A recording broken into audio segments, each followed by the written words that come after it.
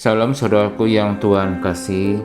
Marilah kita merenungkan satu kebenaran firman Tuhan dari Hagai 2 ayat 7 sampai 10. Hagai 2 ayat 7 sampai 10. Saudaraku yang Tuhan kasih, berbicara tentang ayat ini.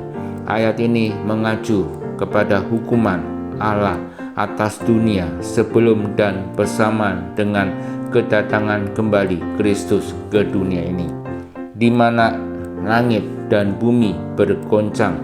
Kemuliaan Allah akan memenuhi bait suci seperti belum pernah terjadi sebelumnya, dan Tuhan akan berdiam di antara umat-Nya. Bait suci merupakan gambaran pribadi umat Tuhan di akhir zaman. Gambaran ini sebagai sebuah nubuatan akan lahirnya suatu generasi yang mampu menyinari di masa yang akan datang. Namun pesan dari Tuhan yang diberikan kepada kita mengatakan bahwa pembangunan bait suci belum selesai sepenuhnya. Artinya, pembangunan bait suci masih terus dikerjakan dan diselesaikan sampai tuntas. Saudaraku yang Tuhan kasih, bait suci di sini sebagai lambang dari kehadiran Allah dalam kehidupan bangsa Israel. Ketika bangsa Israel kembali ke Babel, yang pertama mereka pikirkan adalah tempat tinggal bagi diri mereka sendiri. Tetapi di dalam ayat 4 dikatakan, ketika mereka membuat tempat tinggal bagi diri mereka sendiri, mereka melupakan bahwa mereka punya kewajiban untuk membangun rumah bagi Tuhan. Akibatnya Tuhan murka, oleh karena rumahku menjadi reruntuhan, sedang kamu sibuk dengan rumahnya sendiri. Saudaraku yang Tuhan kasih, hal ini mengingatkan kita ada beberapa hal yang harus kita perhatikan yang berhubungan dengan penyelesaian pembangunan bait suci. Yang pertama, fokus kepada prioritas yang utama. Di dalam Hagai 1 ayat 9, oleh karena rumahku yang tetap menjadi reruntuhan, sedang kamu masing-masing sibuk dengan urusan rumahnya sendiri. Ayat ini menggambarkan bahwa Nabi Hagai sempat 2 kali mengingatkan agar umat Israel memperhatikan keadaan mereka masing-masing.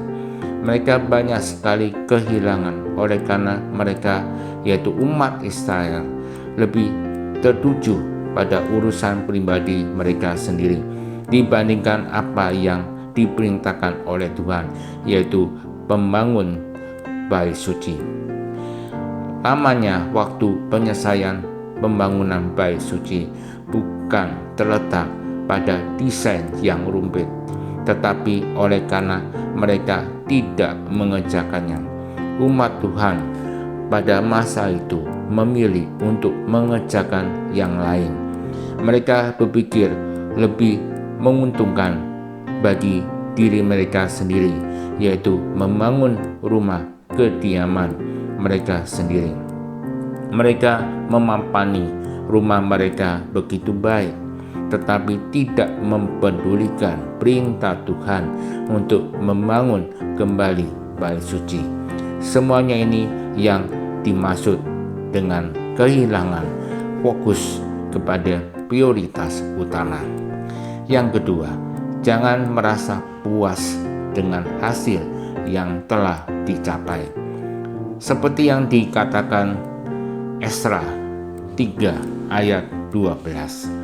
Ayat ini menggambarkan bahwa pada waktu dasar bait suci itu diletakkan oleh tukang bangunan, maka tampillah para imam dengan memakai pakaian jabatan dan membawa nafiri. Orang-orang Lewi, Bani Asaf, dengan membawa ceracap untuk memuji Tuhan. Di situ banyak orang tua yang hadir pada waktu itu menangis terharu karena bait suci dapat dibangun kembali, sehingga sebagian orang yang hadir bersorak-sorak karena kegirangan. Semuanya ini merupakan gambaran suasana yang terjadi pada waktu pondasi itu diletakkan untuk pertama kali. Namun sayangnya, keinginan untuk membangun kembali bait suci tidak diteruskan untuk menyelesaikannya. Mereka terlalu cepat merasa puas dengan hasil yang pertama, namun tidak memelihara komitmen untuk menyelesaikannya sampai tuntas. Saudaraku yang Tuhan kasih, apa yang dapat kita ambil dari firman Tuhan ini?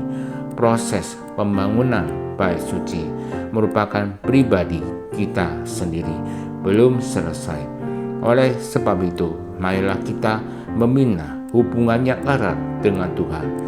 Tuhan tidak memandang latar belakang kita, tetapi Tuhan menerima kita apa adanya.